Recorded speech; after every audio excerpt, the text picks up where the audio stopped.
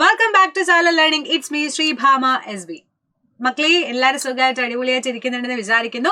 അപ്പൊ ഇന്ന് മിസ് വന്നിട്ടുള്ളത് നിങ്ങൾക്ക് വളരെ യൂസ്ഫുൾ ആകാൻ പോകുന്ന ഒരു വീഡിയോ ആയിട്ടാണ്. എന്താണെന്ന് ചോദിച്ചു കഴിഞ്ഞാൽ കുറച്ച് MCQ ക്വസ്റ്റ്യൻസുകളാണ് നമ്മൾ ഇന്ന് ഡിസ്കസ് ചെയ്യാൻ വേണ്ടിയിട്ട് പോകുന്നത്. ശരിക്കും പറഞ്ഞാൽ നമ്മൾ ചാപ്റ്റർ പഠിക്കുന്നതിനോടൊപ്പം തന്നെ നമ്മൾ ക്വസ്റ്റ്യൻസുകൾ കൂടെ പഠിച്ചു പോയി കഴിഞ്ഞാൽ നിങ്ങൾക്ക് കുറച്ചും കൂടെ അടിപൊളിയായിരിക്കും അല്ലെ. അപ്പൊ നിങ്ങൾക്ക് ഏറ്റവും ഇമ്പോർട്ടന്റ് ആയിട്ട് പഠിക്കേണ്ട നമ്മുടെ ഒരു ചാപ്റ്റർ ആണ് സ്ട്രക്ചർ ഓഫ് ദ ആറ്റം അല്ലെ. ആ ഒരു ചാപ്റ്ററിലെ ഏറ്റവും ഇമ്പോർട്ടന്റ് ആയിട്ടുള്ള കുറച്ച് MCQ ക്വസ്റ്റ്യൻസുകൾ നമുക്ക് ഇന്ന് അടിപൊളിയായിട്ട് ഡിസ്കസ് ചെയ്യാം. സോ സ്റ്റാർട്ട് ചെയ്യാം. അടിപൊളിയാണെന്ന് വിചാരിക്കുന്നു. നിങ്ങൾക്ക് അറിയുന്ന ആൻസറുകൾ നിങ്ങൾക്ക് താഴെ കമന്റ് ബോക്സിൽ കമന്റും ചെയ്യാം കേട്ടോ. റെഡി? സോ നമ്മൾ സ്റ്റാർട്ട് ചെയ്യാൻ വേണ്ടിയിട്ട് പോവാണ്. ഒന്നാമത്തെ ക്വസ്റ്റ്യൻ ഡേ പിടിച്ചോ. First question, how many electrons are occupied in M shell എന്നാണ് ക്വസ്റ്റ്യൻ വന്നിട്ടുള്ളത്. 8 ആണോ 16 ആണോ 18 ആണോ 32 ആണോ എന്നാണ് ചോദിച്ചിട്ടുള്ളത്. നമുക്കറിയാം നമ്മുടെ ആറ്റത്തിന്റെ കേസിൽ പറയുന്ന സമയത്ത് അതിനകത്തും ഒരുപാട് പാർട്ടിക്കിൾസ് ഉണ്ടെന്ന് നമ്മൾ പഠിച്ചല്ലേ. പ്രോട്ടോൺ, ന്യൂട്രോൺ, ഇലക്ട്രോൺ എന്നൊക്കെ പറഞ്ഞിട്ട് കുഞ്ഞു കുഞ്ഞായിട്ടുള്ള കുറെ പാർട്ടിക്കിൾസ് ഉണ്ട്. അപ്പൊ ഈ പറയുന്ന ഇലക്ട്രോൺ എന്ന് പറയുന്ന ആള് ഇങ്ങനെ റിവോൾവ് ചെയ്തുകൊണ്ടിരിക്കുകയാണ് നമ്മുടെ ന്യൂക്ലിയസിന് ചുറ്റും. എങ്ങനെയാണ് റിവോൾവ് ചെയ്തുകൊണ്ടിരിക്കുന്നത്? ഈ പറഞ്ഞ പോലെ ഷെല്ലുകളിലൂടെയാണ് അവര് റിവോൾവ് ചെയ്തുകൊണ്ടിരിക്കുന്നത് അല്ലെ. അപ്പൊ ഏതൊക്കെ ഷെല്ലുകൾ ഉണ്ട് മക്കളെ? ദാ നമുക്കറിയാം K ഷെൽ, LMN, KLMN അങ്ങനെ കയറി പോവാണ് അല്ലെ. അപ്പോ K ഷെൽ എന്ന് പറയുന്ന ആളാണ് തൊട്ടടുത്ത് നിൽക്കുന്ന ഒന്നാമത്തെ ഷെല്ല്. നമ്മുടെ ന്യൂക്ലിയസിനോട് തൊട്ടടുത്ത് ഇങ്ങനെ വട്ടം വരച്ചു വിചാരിച്ചോ. ഇതിപ്പോ ന്യൂക്ലിയസ് ആണെങ്കിൽ ഫസ്റ്റ് വരയ്ക്കുന്നത് K ഷെൽ, അതിന്റെ അപ്പുറത്ത് വരയ്ക്കുന്നത് L ഷെൽ, പിന്നെ M. അങ്ങനെയാണ് നമ്മൾ ഷെല്ലുകൾ വരച്ചു പോകുന്നത്. അതിന് ഓരോന്നിനും ഓരോരോ കപ്പാസിറ്റി ഉണ്ട്. അപ്പൊ നിങ്ങൾക്ക് എന്റെ ക്ലാസ് കേൾക്കുന്ന സമയത്ത് നിങ്ങൾക്ക് എല്ലാവർക്കും ഒരേ കപ്പാസിറ്റി ഇല്ല. മിസ്സിന്റെ ക്ലാസ് കുറച്ചു നേരം കേട്ടിരിക്കുന്നവർക്ക് എന്താണ് ചിലപ്പോൾ പെട്ടെന്ന് കേട്ടിരിക്കാൻ എന്ന് വെച്ചാൽ പെട്ടെന്ന് ബോറടിക്കുന്നവരുണ്ടെങ്കിൽ അവരുടെ കപ്പാസിറ്റി കുറവായിരിക്കും. കുറേ നേരം കേട്ടിരിക്കാൻ പറ്റുന്നവരുണ്ടെങ്കിൽ അവരുടെ കപ്പാസിറ്റി കൂടുതലായിരിക്കും അല്ലെ. അപ്പൊ ഓരോരുത്തരുടെയും ഫുഡ് കഴിക്കാനുള്ള കപ്പാസിറ്റി ഏത് കപ്പാസിറ്റി നോക്കിയാലും ഡിഫറെന്റ് ആണ്. അതുപോലെയാണ് നമ്മുടെ ഷെല്ലുകൾ എന്ന് പറയുന്ന ആളുകൾ. അവർക്ക് ഇലക്ട്രോണുകളെ കൺട്രോൾ ചെയ്യാൻ അല്ലെങ്കിൽ ഇലക്ട്രോണുകളെ ഉൾക്കൊള്ളാനുള്ള ആ ഒരു കപ്പാസിറ്റി എന്ന് പറയുന്നത് ഓരോന്നിലും ഡിഫറെന്റ് ആണ്. ഇപ്പൊ K ഷെല്ലിന് 2 ആണ് വരുന്നത്. ആൻഡ് അടുത്തത് പറഞ്ഞ അടുത്ത എനർജി ലെവൽ എന്ന് പറയുമ്പോൾ 8 ആണ് വരുന്നത്. ആൻഡ് അതിനുശേഷം മൂന്നാമത്തെ എനർജി ലെവൽ 18 ആണ്. അങ്ങനെ 32, 50 അങ്ങനെയാണ് ഈ റേഞ്ചുകൾ പോയിക്കൊണ്ടിരിക്കുന്നത്. അപ്പൊ നമ്മുടെ ഷെല്ലുകളിൽ വരുന്നതിനനുസരിച്ചിട്ട് നമ്മുടെ M ഷെല്ലിന് 18 അല്ലെ 18 ഇലക്ട്രോൺസുകളെ ഉൾക്കൊള്ളാനുള്ള കഴിവുകളാണ് ഉള്ളത് എന്ന് എന്റെ മക്കൾ എന്ത് ചെയ്യുക, പഠിച്ചു വെക്കുക. വളരെ ഇമ്പോർട്ടന്റ് ആണ്. എന്നാൽ അടുത്ത ക്വസ്റ്റ്യൻ പിടിച്ചോ. Who discovered the electron? Electron discover ചെയ്തിട്ടുള്ള ആള് ആരാണെന്നാണ് ഇതിലെ ക്വസ്റ്റ്യൻ. ഗോൾഡ്സ്റ്റീൻ ആണോ, J.J. തോംസൺ ആണോ, ചാഡ്വിക് ആണോ, യൂജൻ ഗോൾഡ്സ്റ്റീൻ ആണോ എന്ന് ചോദിച്ചിട്ടുണ്ട്. ഇലക്ട്രോൺസ് കണ്ടുപിടിച്ചത് ആരാടാ മക്കളെ? നമ്മൾ സ്വന്തം J.J. തോംസൺ അല്ലേ. നമ്മൾ പഠിച്ചിട്ടുണ്ടായിരുന്നു. J.J. തോംസൺ എന്ന് പറയുമ്പോൾ ഒരു ഫിസിസ്റ്റ് ആണ്. അദ്ദേഹം ബോൺ ചെയ്തത് അതൊന്നും ജസ്റ്റ് അറിയണമെന്നില്ല. മെയിനായിട്ട് പഠിക്കേണ്ട കാര്യം ഇവിടെയാണ്.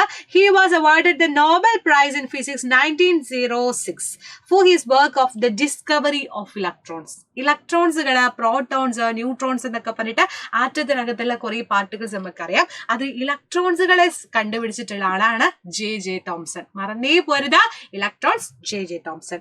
And Henry Cavendish laboratory at എന്താണ് he directed the Cavendish laboratory at Cambridge 35 years and 7 of his research assistants subsequently won Nobel prizes. അപ്പോ ജസ്റ്റ് കാര്യങ്ങൾ മനസ്സിലാക്കുക. J.J. തോംസൺ ആണെന്നുള്ള കേസ് എന്റെ മക്കൾ എന്ത് ചെയ്യാം, പഠിച്ചു വെക്കാം. റെഡി?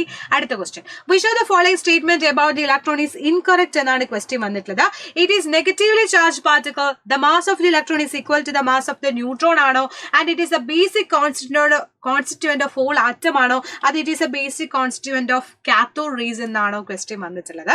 അപ്പൊ ഇലക്ട്രോൺസിനെ പറ്റി ഇൻകറക്റ്റ് ആയിട്ടുള്ള സ്റ്റേറ്റ്മെന്റ് ഏതാണെന്ന് ചോദിച്ചാൽ നമുക്ക് പറയാൻ പറ്റും the mass of the electron is equal to the mass of the neutron എന്ന് പറയുന്നത് തെറ്റാണെന്ന് നമുക്കറിയാം അല്ലെ.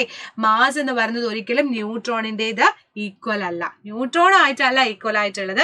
എന്തായിട്ടാണ് ഈക്വൽ ആയിട്ടുള്ളത് എന്ന് നിങ്ങൾക്കറിയാം. അത് നമുക്ക് അടുത്ത ക്വസ്റ്റ്യനിൽ ഡീറ്റെയിൽ ആയി തന്നെ പഠിക്കാനുള്ളതാണ്. അപ്പൊ ഇലക്ട്രോൺസ് എന്ന് പറയുന്ന നെഗറ്റീവ് ചാർജ് ഉള്ള കുഞ്ഞു പാർട്ടിക്കിൾസ് ആണ് നമ്മുടെ ഇലക്ട്രോൺ. ഷെല്ലുകളിൽ ഇങ്ങനെ റിവോൾവ് ചെയ്യുന്ന ആളുകളാണ് ഇലക്ട്രോൺസ് എന്നറിയാം. പ്രോട്ടോൺ എന്ന് പറയുമ്പോൾ പോസിറ്റീവ് ചാർജ് ഉള്ള ആളാണ്. PP എന്ന് പഠിച്ചു വെച്ചോ. PP എന്ന് പറയുമ്പോൾ എന്താ? പോസിറ്റീവ് ചാർജ് ഉള്ള ആള് പ്രോട്ടോൺ. നെഗറ്റീവ് ചാർജ് ഉള്ള ആളാണ് ഇലക്ട്രോൺ. E നെഗറ്റീവ്, EN എന്ന് പഠിച്ചു വെച്ചോ. EN ഉം ഇത് നമ്മുടെ PP. Okay.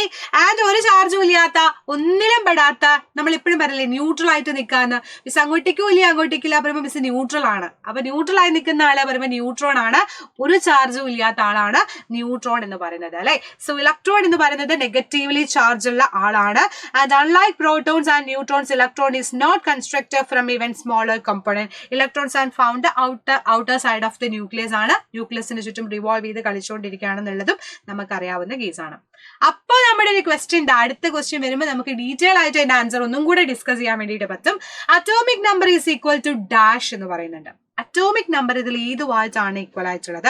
Number of protons in the nucleus ആണോ, number of electrons in the neutral atom ആണോ, ബോത്ത് എ ആൻഡ് ബി ആണോ, നൺ ഓഫ് ദീസ് ആണോ എന്നാണ് ക്വസ്റ്റ്യൻ വന്നിട്ടുള്ളത്. നമുക്കറിയാം atomic number is equal to number of protons in the nucleus ആണ് എന്ന് നമുക്കറിയാം അല്ലെ. ദാ നോക്കൂ, atomic number is equal to the number of protons. Number of protons തന്നെയാണ് നമ്പർ ഓഫ് ഇലക്ട്രോൺസ് എന്നും പറയുന്നത് അല്ലെ. രണ്ടും ഏകദേശം സെയിം ആണ്.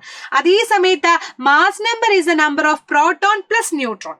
പ്രോട്ടോണും ന്യൂട്രോണും കൂടെ കൂടിയതാണ് മാസ് ആയിട്ട് നിൽക്കുന്നവൻ. എപ്പോഴും മാസ് ആയിട്ട് നിൽക്കാൻ പറയുമ്പോൾ കുറെ ആൾക്കാർ കൂടെ വേണ്ടേ? ഇപ്പൊ ഞാൻ ഭയങ്കര മാസ് ആയിട്ട് നടന്നു വരണമെന്നുണ്ടെങ്കിൽ എനിക്ക് ബാക്കിൽ 2-3 ആളുകളും കൂടി ഉണ്ടെങ്കിൽ ഞാൻ ഭയങ്കര മാസ് ആണെന്ന് പറയും. അപ്പൊ മാസ് നമ്പർ എന്ന് വെച്ചാൽ തലയുടെ മുകളിൽ നമ്മൾ എഴുതുന്ന ഈ നമ്പർ ആണ് mass number.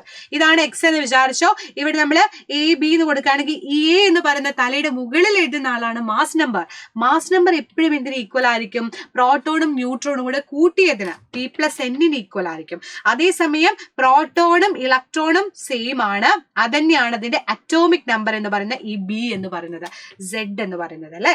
So atomic number Z is equal to the number of protons അല്ലെങ്കിൽ നമ്പർ ഓഫ് ഇലക്ട്രോൺസ് എന്ന് നമുക്ക് പറയാൻ വേണ്ടിയിട്ട് പറ്റും. കത്തിയിലെ മക്കളെ, വളരെ സിമ്പിൾ ആയിട്ടുള്ള ക്വസ്റ്റൻ അല്ലേ. സോ വളരെ കുറഞ്ഞ സമയം കൊണ്ട് അടിപൊളിയായിട്ട് നമ്മൾ ഇമ്പോർട്ടന്റ് ആയിട്ടുള്ള കുറച്ച് MCQs ഡിസ്കസ് ചെയ്തു. കഴിഞ്ഞില്ല, ഇനിയും ഒരുപാട് കാര്യങ്ങൾ നമ്മൾ ഈ ചാപ്റ്ററിൽ പഠിക്കാൻ വേണ്ടിയിട്ടുണ്ട്. അത് വരുന്ന വീഡിയോസിൽ നമ്മൾ ഇത് കൂടുതലായിട്ട് ഡിസ്കസ് ചെയ്യും. സോ അതുവരേക്കും ബൈ ബൈ മക്കളെ, സീ യു നെക്സ്റ്റ് വീഡിയോ കാണാം.